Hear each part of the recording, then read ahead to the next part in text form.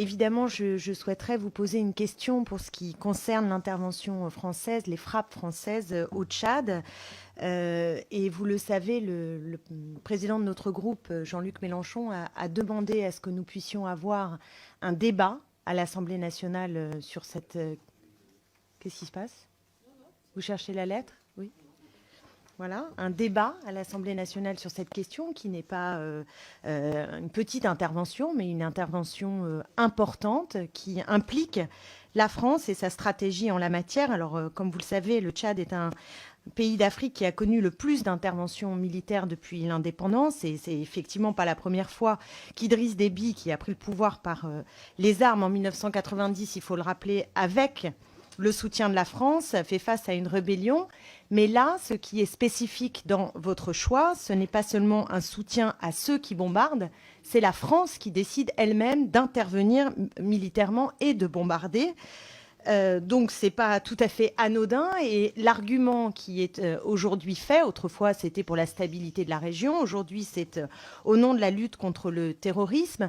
Mais je voudrais vraiment vous poser une question sur la cohérence stratégique, d'abord sur l'impact réel sur la lutte contre le terrorisme, qui semble apparaître ici comme un prétexte pour mieux soutenir le régime d'Idriss Déby, mais aussi la dissonance par rapport au choix qui a été le vôtre vis-à-vis des Kurdes, qui étaient pourtant des alliés absolument incontournables pour lutter contre Daesh très concrètement pied à pied. Et vous avez fait là le choix de ne pas froisser la Turquie et donc de ne pas clairement soutenir les Kurdes dans cette affaire-là. Donc nous y voyons une escalade dangereuse.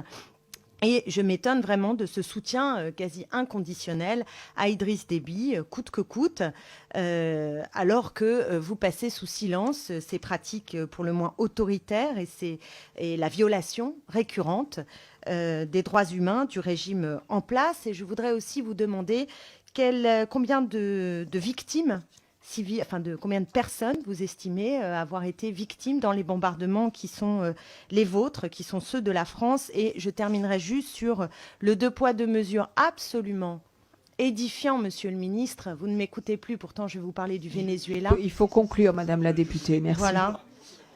Parce que vous venez en aide à Idriss Déby, qui serait potentiellement victime d'un coup d'État. Et de l'autre côté, vous soutenez un coup d'État contre Maduro. Donc moi, je voudrais... Ah ben excusez-moi, bien sûr que oui, je le dis comme ça. Et je vais vous dire une chose. Il faut vraiment conclure. Merci beaucoup. Je suis parfaitement lucide sur l'état du régime de Maduro. Il ne s'agit pas de soutenir ce régime, mais il s'agit d'avoir une cohérence d'intervention et non pas une politique d'ingérence au mépris des droits, au mépris de tout ce qui permet de stabiliser les régions. Mais vous savez qu'il n'est pas le seul et je ne crois pas qu'à chaque fois... Merci. Je ne crois pas qu'à chaque fois qu'un président de la République n'agit pas comme on aimerait qu'il agisse, que cela légitime ce type de soutien. Et en revanche, je voudrais une réponse sur Idriss Déby, parce que ce qui vous insupporte du côté de Maduro, je vous assure que du côté d'Idriss Déby, qui a carrément Madame la tué députée, s'il vous plaît, il faut vraiment conclure. Qui a tué 40 militaires parce qu'ils n'avaient pas voté correctement, qui aux dernières élections a mené des arrestations en chef et qui... Par ailleurs, et je termine là-dessus, est quand même à un niveau de corruption jamais entendu. Je pense que c'est un problème pour la France qui a aussi une histoire avec l'Afrique coloniale, malheureusement, qu'il faudrait bien entendre et ne pas répéter. Merci. D'abord, pour préciser que l'article 35 prévoit l'information du Parlement et l'éventualité d'un débat, mais pas l'obligation d'un débat, sauf si l'intervention dure plus de 4 mois.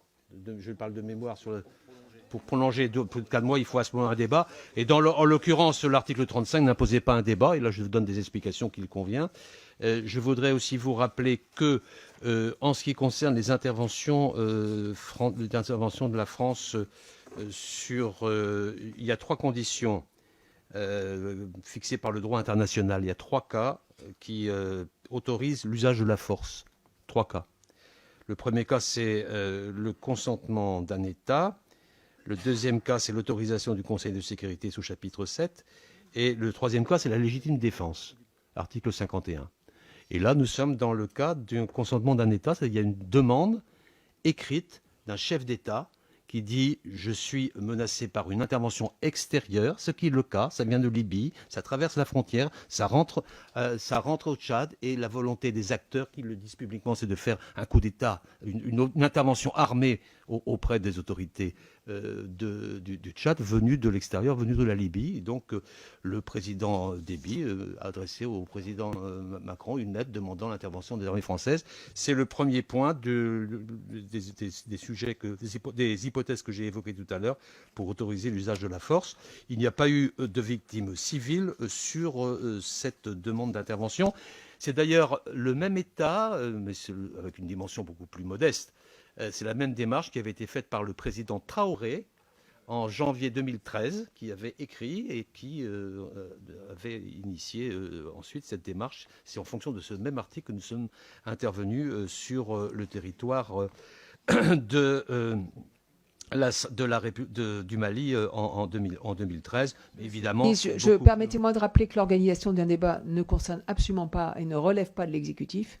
Il ne relève que du Parlement et de la conférence des présidents. Je voulais simplement que ce soit dit. Donc voilà.